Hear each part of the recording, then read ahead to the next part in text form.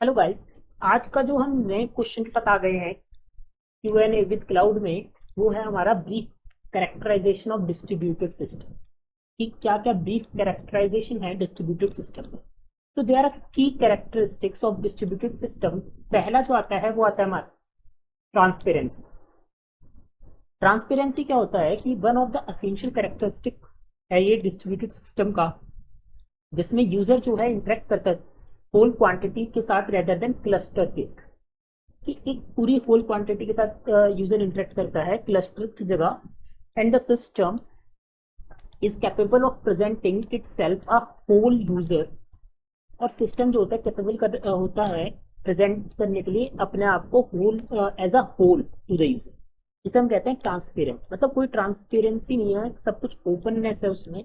ठीक है, और इस हमने 8 कैरेक्टरिस्टिक्स में बांटा है। ट्रांसपेरेंसी में केवल आता है access, hide differences in data representation and object accessibility, location, hide the object location, relocation, hide the location of the moving object while still in use, migration, hide that an object may move to another location, replication, hide replication of the object, concurrency, hide that an object may have used as a shared database access, failure, hide any resource failures and persistence, hide the fact about memory location.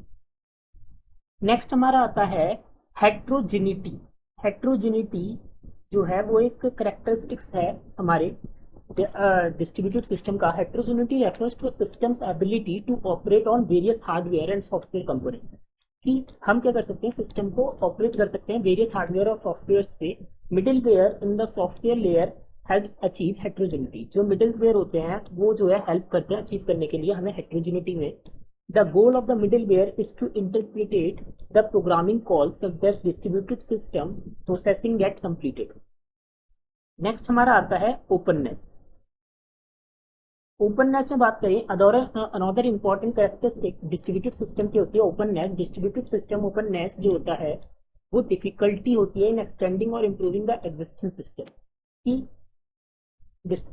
कि हमें जो है difficulty होती है extend करने में या improve करने में एग्जिस्टिंग सिस्टम को। In order to make open distributed system, एक ओपन डिस्ट्रीब्यूटेड सिस्टम बनाने के लिए the interface of the component should be well defined and precise.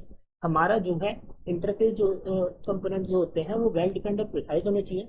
Interface of the component should be standardized, standards होने चाहिए कुछ उसमें। और इंटीग्रेशन न्यू कंपोनेंट का with exist ones must be effortless. अगला आता है हमारा scalability.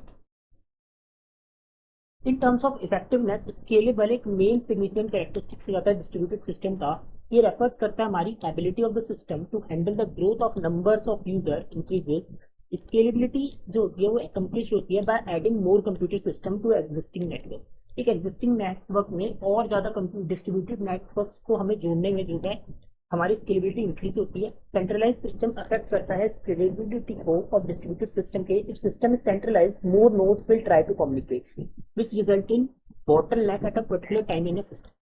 Fault tolerance, another characterization जो होता है हमारे डिस्ट्रीब्यूटेड सिस्टम का वो आता है हमारा fault tolerance.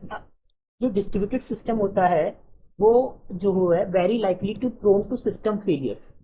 This is due to the fact of several computers have diverse aged hardware और एबिलिटी जो होती है सिस्टम की हैंडल करने की फेलियर्स को, उन्हें हम कहते हैं fault tolerance. Fault tolerance achieved होती है रिकवरी के द्वारा।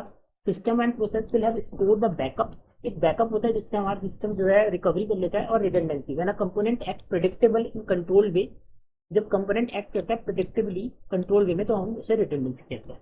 नेक्स्ट आता है हमारा कंकरेंसी। डिस्ट्रीब्यूटेड सिस्टम का अनदर फीचर आता है हमारा कंकरेंसी। कंकरेंसी जो होती है system capability to access and use shared resources. हम जो है यूज करते हैं शेयर्ड रिसोर्सेज को। It means multiple actions are performed at the same time. हम कंकरेंटली मल्टीपल एक्शंस परफॉर्म कर सकते हैं सेम टाइम पे। In distributed system the concurrent execution of activities take place different component running on a numerous machine. जो distributed system में होता है वहां पे ये होता है कि हम जो है डिफरेंट जो एग्जीक्यूशन होता है वो डिफरेंट कंपोनेंट्स होता है क्योंकि न्यूमरस मशीन उसमें कनेक्टेड होती है। नेक्स्ट आता है हमारा एफिशिएंसी। एफिशिएंसी रेफर्स करता है कैपेबिलिटी ऑफ द सिस्टम को यूज करने के लिए resources effectively to execute the given task. The system design, workload handled by the system and the hardware software resources used are more critical factors. Affect करता है system efficiency को। Common अगर हम improve efficiency system की बात करें तो optimizing the design system, the minimize amount of communication and coordinate requires between the different components, reducing any extra power of consumption. Carefully workload of the system, the balance avoid any component overloaded and ensure the system can exist efficient use of resources. तो ये हमारी कुछ characteristics थी distributed system की जो हमने discuss करी।